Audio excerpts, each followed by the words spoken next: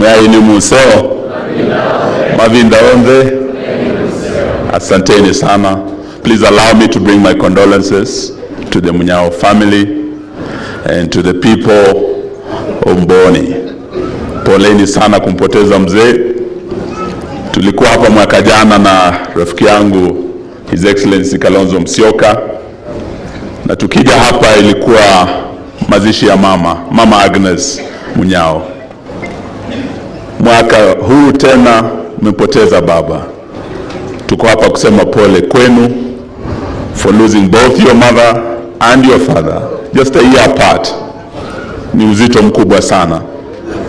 When we came to bury Mama last year, I remember people were saying behind every successful man there's a successful woman. We mourn together. Today we come to mourn a great leader, patriot. Many people do not know how much Mzee Munyao contributed to the success of the Mwai Kibaki presidency. Through the years in DP, all the way until Kibaki was sworn in, Mzee stood by him. So likewise, behind every great leader, there are even greater leaders like Munyao, on whose shoulders Kibaki stood with Wamalwa as his vice president. Kibaki stood with Kalonzo as his vice president to become one of the greatest presidents Kenya has ever had. That is the kind of leader we have come to mourn today. He was a leader of integrity, and if we want this country to change, in 2027, we must put integrity on the ballot.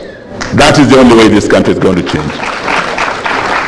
And even as we come to Kambani to celebrate this great leader of great integrity, we do know that there are still leaders here of great integrity. I want to agree with His Excellency Governor Mutula that you have such a leader in the leader of the Wiper Patriotic Front, ambao Kenya iko inamwangalia sawa sawa.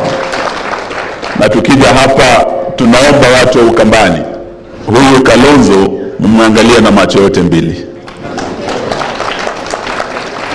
Huyu Kalonzo mumshike na mikono yote mbili. We have been across this country and I know what I'm talking about.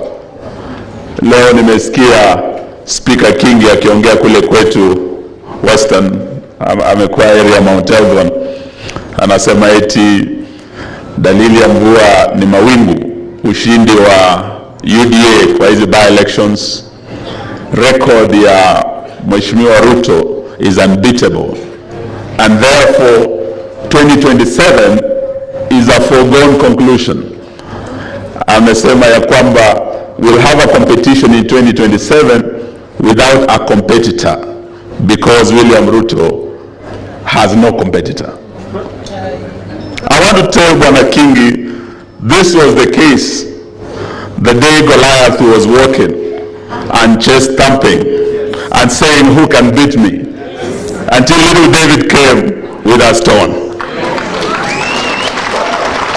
I want to tell Speaker Kingi, this was the day that the great engineers boasted and said, the greatest ship ever made, the greatest engineering feat in the history of engineering, the Titanic was unsinkable.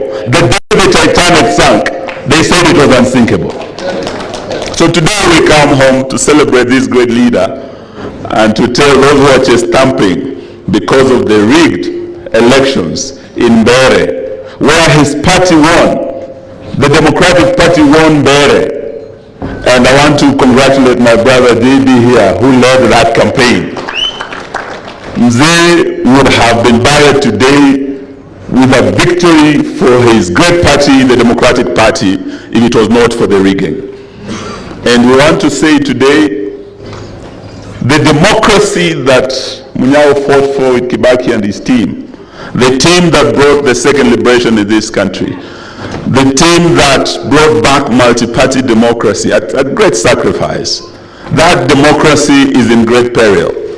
If we cannot allow free and fair elections in our country, then the democracy that Munyao fought for is in grave danger, even as we bury him here in Boni today. We must do everything to defend that constitution that he fought for, to fight and protect multi-party democracy in our country, because it can be lost. Where there is violence, where there is intimidation, we cannot have free and fair elections. And this is what happened in the by-elections that I've had Speaker Kingi boasting about, that they won. And today we are saying, IEBC, you had an opportunity. This was a litmus test for you, Chairman Ethekon and your commissioners. And you are tested, and you are tried, and you are found wanting. You fell short, Bwana Ethekon, with your commissioners. Because where there are lives lost, limb and life lost because of an election, blood was shed, we cannot say there was a free and fair election. And we are therefore asking that IEBC must, within the powers given in the current constitution, in the current legal framework. I know, Governor, you have said that we need more laws to strengthen this, but even within the existing legal framework, IEBC has the powers to stop an election because of violence, allow free and fair elections. But they did not exercise that power when people were killed in Kaspu, when people were killed and vehicles were torched in Malava, where I was with my candidate, and when there was serious violence in Bere. IEBC fell short. IEBC has powers to summon those who are involved in the violence. They have the powers to actually summon those who organized, those who financed the chaos that we witnessed. And unless they do that, 2027, like Speaker King is saying, there will be no election. We'll be going to, and that would be a grave injustice to great leaders like Munyao who fought for this democracy. We cannot allow Kenya to go down the route that Tanzania is taking. Sitaki niseme mengi, niseme poleni watu wetu wa hapa. Juzi tulikuwa hapa na mkutano wa Mheshimiwa Rais. Kuna projects nyingi aliongelea hapa. One of them that is very dear to my heart is the Twake Dam. When I was Minister for Water and Irrigation, we came here to launch that project. We pumped in a lot of money, but that project stalled. For the last 3 years, it has stalled. There were promises to complete it. I heard the Deputy Governor speak about drought that is coming, and we can already feel it. The long-lasting solution, the game changer for Makueni, Kitui, all the way to Machakos, is having water stored in dams and distributing that water. That will be the lasting solution that will change the livelihood of people in this county and in this country. So let me thank you all.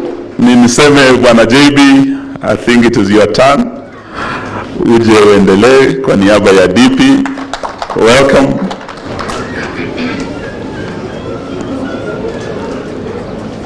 And on behalf of the Democratic Action Party, we say pole to you as the party leader with our DP team. Na niombe sana, kule kwetu tunapenda kutuma salamu. Waluo wanapenda kutuma salamu sana. Mniruhusu tu mzee apeleke salamu zangu kwa ndugu yangu Wamalwa kijana na rafiki yake Mwai Kibaki. Awaambie kile mzee ulituambia when you held a memorial service for Mwai Kibaki, your friend, this year, and you told us mfuate ile barabara. Mimi na Kibaki na Wamalwa tulifuata barabara ya umoja. Kanu had more money than us, but because of our unity we were able to beat Kanu. Mfuate hiyo barabara. Mzee, tumefuata barabara, wote tumeungana tukaunga DP kule Mbere. Tumeungana tukaunga DAP kule Malava. Tumeungana tukaunga DCP kule Pwani Magarini. 2027 mzee, tunafuata ile barabara ya Wamalwa na Kibaki, tutaungana, tutoe mgombezi mmoja wa urais, hii serikali iwe one term. Asante.